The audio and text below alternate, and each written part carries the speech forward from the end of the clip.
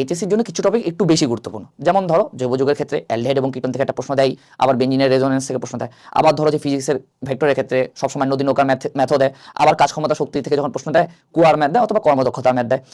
আমাদের যে বোটানি যে ফার্স্ট চ্যাপ্টারটা আছে এখান থেকে যতবারই ঘতে প্রশ্ন আসছে ততবারই দিছে হয় রেপ্লিকেশন হয়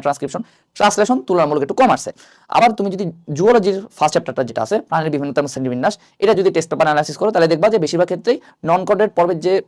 প্রাণীগুলো আছে এগুলোর বৈশিষ্ট্য চাইছে অথবা ওদের মধ্যে পার্থক্য চাইছে। সো তুমি যদি নিজে টেস্ট পেপার অ্যানালাইসিস করো তাহলে দেখতে পাবা যে কোন কোন টপিকগুলো একটু বেশি গুরুত্বপূর্ণ, এন্ড ওই টপিকগুলো যদি তুমি একবার অ্যানালাইসিস করে ফেলতে পারো দেন বইয়ের মধ্যে ওগুলাতে একটু কয়টা স্টার দিবা বা এমন একটা চিহ্ন দিবা যাতে তোমার পড়ার টাইমে ওইদিকে একটু ফোকাস বেশি যায় বা ওটা যেন একটু নজরে আসে। তাহলে হবে কি যে তোমার যেগুলো আসলে কমন বা বারবার আসছে সেগুলো যদি পরীক্ষায় আসে এগুলো তুমি ভুল করবা না। আর যে কোনো ইম্পর্টেন্ট টপিক যদি তুমি এটা একটু বেশিও ডিপ পড়ো, যেমন ধরো যে নদী নৌকার ম্যাথ নিয়ে তুমি যদি একটু বলতে গেলে অ্যাডভান্স ম্যাথও করলো ওটা তাও কিন্তু খুব বেশি সমস্যা নাই, বাট যেগুলো আসে না সেগুলোর খুব বেশি ডিপে যাওয়া বা সেগুলো অ্যাডভান্স ম্যাথ করা আসলে খুব একটা দরকার নাই।